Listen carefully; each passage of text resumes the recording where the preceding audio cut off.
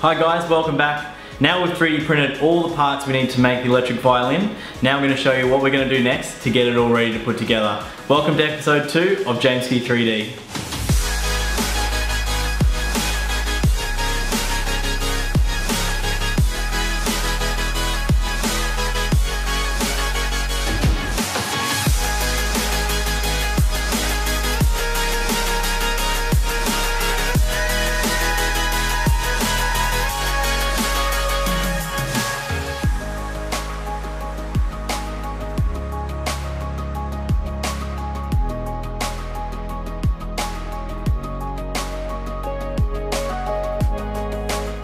With all the pieces now laid out in front of us, the first thing we do with any 3D print is to give it a good sand to get rid of any surface imperfections or inconsistencies.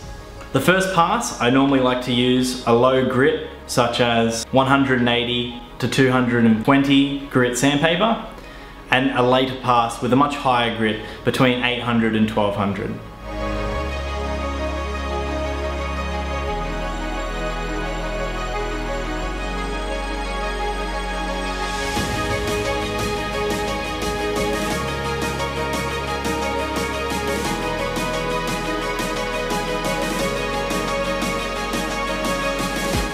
Now our pieces are sanded, the next thing we do is give them all a good wipe down with a damp cloth.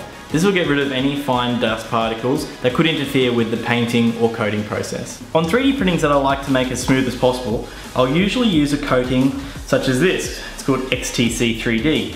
It's a brush-on coating for 3D printed parts that fills striations, seals or protects, ready for paint.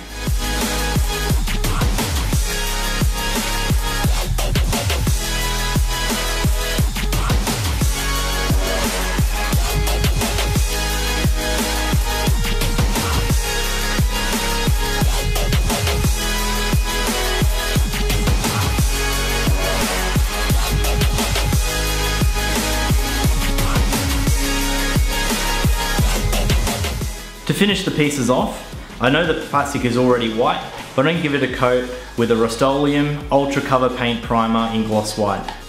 This should give it a nice gloss piano finish. So while waiting for those parts to dry, there's actually a list of specific nuts and bolts that we're going to need to assemble this violin. So we're off to the local hardware store to pick up those things now. So we're going to get this 8mm stainless steel threaded rod. This goes on the inside of the violin to keep the whole thing nice and rigid when you tighten the strings. Marine grade? I don't need marine grade. Wait, what's those other ones?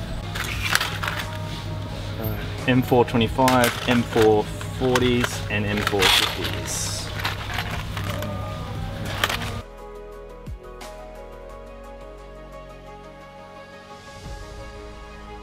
Alright, so I've also gone to the music shop on the way home and I've picked up a violin bridge, so you need them to hold the strings up to play, and also a set of 6, even though you need 4, guitar peg tuners. So these are things that go underneath, attached to the string, and then you wind them up to tune the strings.